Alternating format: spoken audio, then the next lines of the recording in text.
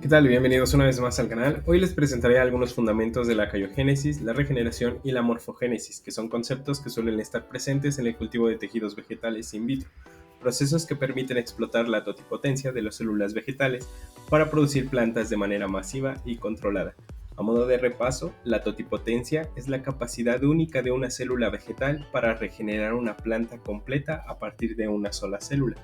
Dentro del contenido vamos a explorar conceptos clave, los tipos y ejemplos, los protocolos generales, los objetivos y mecanismos involucrados dentro de este tipo de cariogénesis, regeneración o morfogénesis, los ejemplos concretos que vamos a observar, algunas ventajas y desventajas de los mismos, los métodos de análisis para validar su interpretación o su práctica, y los desafíos comunes, así como las fuentes de consulta y las conclusiones finales dentro de la misma presentación.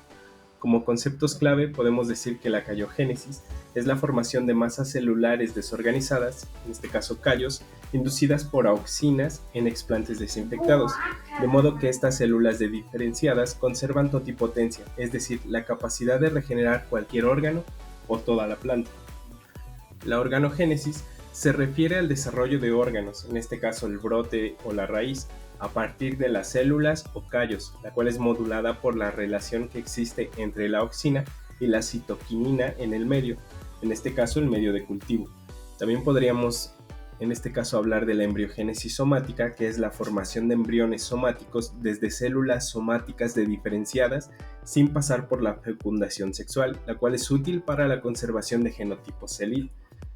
En este caso también otro concepto que podríamos considerar es la morfogénesis, que es el patrón y control del desarrollo de los tejidos, en este caso órganos in vitro, que integra señales hormonales y ambientales para guiar la formación en las estructuras específicas.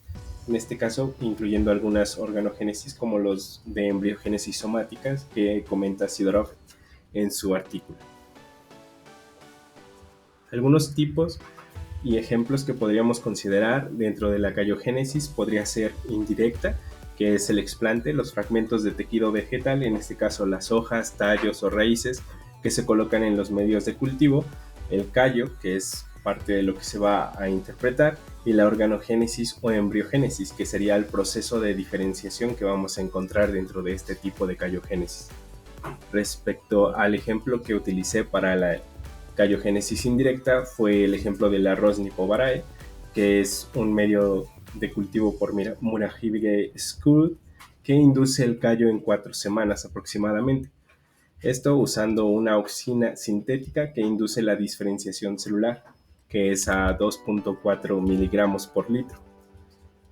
Respecto a la cariogénesis directa, el explante meristemático está presente junto con el callo meristemático mínimo para el funcionamiento, y dentro de él se involucra el resultado de la definición, que serían los órganos sin fase extensa del callo, que sería parte de la regeneración rápida que podemos observar. Para este tipo de cariogénesis directa, como ejemplo, tomé la Ancornia speciosa en el medio Woody Plant Medium, que es WPM en sus siglas, más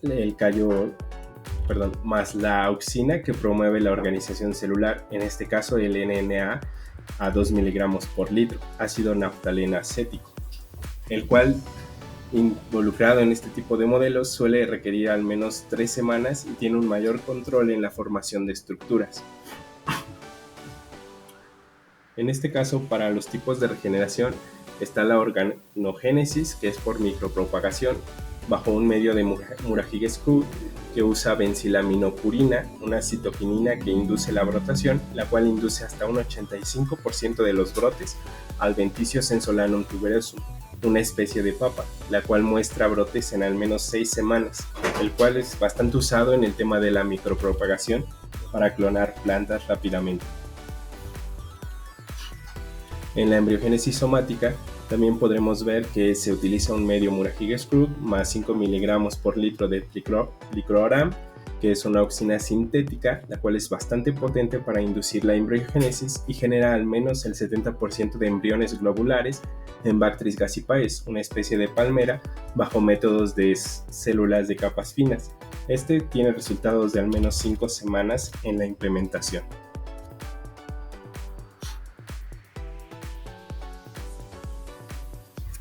Respecto a los protocolos generales, podemos ver que se tienen que llevar una serie de pasos para que éste tenga resultados óptimos, desde la selección y desinfección utilizando etanol y NSAL, que es al menos por 3 minutos el baño que se realiza, los medios basales o medios de cultivo, Murray Scud, entre otros. La inducción del callo dentro de auxinas altas, como las que mencionábamos antes, la NALS, el Plicoram o la 4D. Diferenciación. Este es el proceso en el que se cambia la auxina y la citoquinina, un proceso de enraiciamiento para que es cuando se genera durante el proceso de cultivo, en este caso a 0.15 o 1 miligramos por litro, y el proceso de aclimatación, que es cuando trasladamos los germinados a un proceso 1:1 entre turba y perlita para obtener una alta humedad inicial.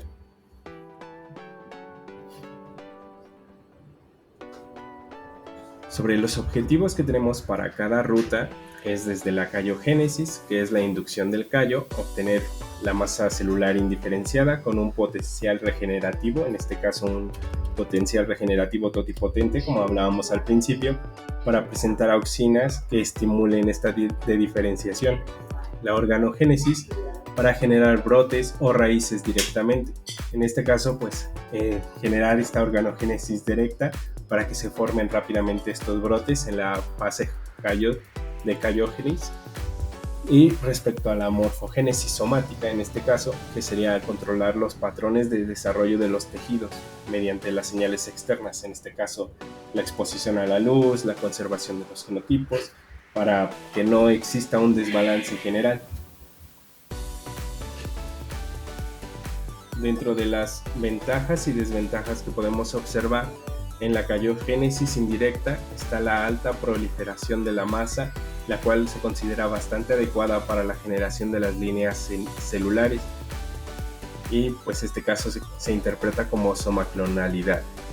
Sobre la callogénesis directa podemos ver que esta es rápida y necesita un menor tiempo para la reducción de somacionalidad. La organogénesis, en este caso, presenta plantas homogéneas y usualmente los clones son uniformes con una menor fase de callo. La embriogénesis suele presentar una gran escala y aceptar la crioconservación, que esto es para la producción masiva de los embriones. Respecto a las desventajas, en el caso de la callogénesis indirecta, pues suele ser el tema de la somaclonalidad y el alto riesgo de variabilidad entre los genes. La callogénesis indirecta suele ser limitada en los explantes específicos. Esto pues no puedes utilizar un genotipo muy general. La organogénesis tiene una baja conversión de brotes a plantas.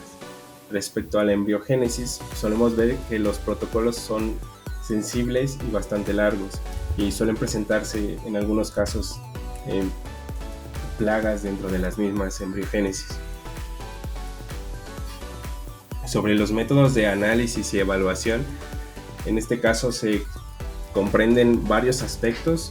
Yo los segmenté en relación a la viabilidad celular, la cual puede ser relacionada a las pruebas de azules de Trypan, esto para revisar la fluorescencia y el traslado de los genes, la frecuencia de regeneración, que suele evaluar el porcentaje de explantes regenerados y brotes exitosos, la histología, que es parte de la tinción de la safranina verde para centros meristemáticos, la cual verifica en cierto modo la estabilidad genómica en relación a los regenerados.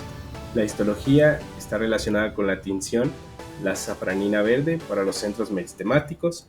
Sobre los marcadores moleculares podemos ver que se utilizan pruebas de SSR o AFLP para comprobar la estabilidad genómica de los regeneradores, y sobre la genética, que era parte de la estabilidad genómica.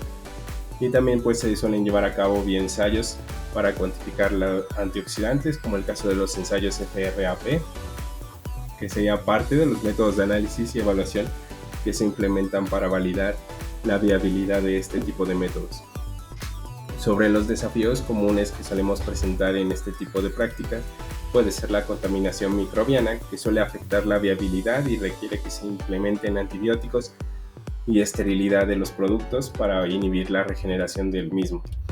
La variabilidad genética, que es parte de la somaclonalidad en los callos prolongados para los cultivos que suelen ser limitados. esto para minimizarlos. La estabilidad genómica, que suele requerir de la validación por citometría de flujos, esto por medio de PCRs, para descartar la haploide alterada. En conclusión, podemos ver que también anexé el tema de las fuentes de consulta y los procesos de cariogénesis, regeneración y formogénesis. Considero que son un complemento que nos permiten diseñar algunos protocolos in vitro que tengan que ser efectivos para aprovechar la totipotencia vegetal que suele presentar. En esto, pues el éxito depende del ajuste que existe entre las fitohormonas, el medio, los explantes y el ambiente donde se está realizando este cultivo.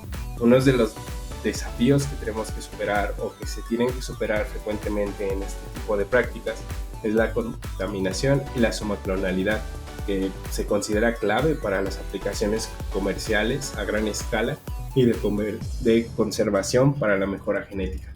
Sin más, les agradezco mucho su visita y espero verlos pronto. Hasta luego.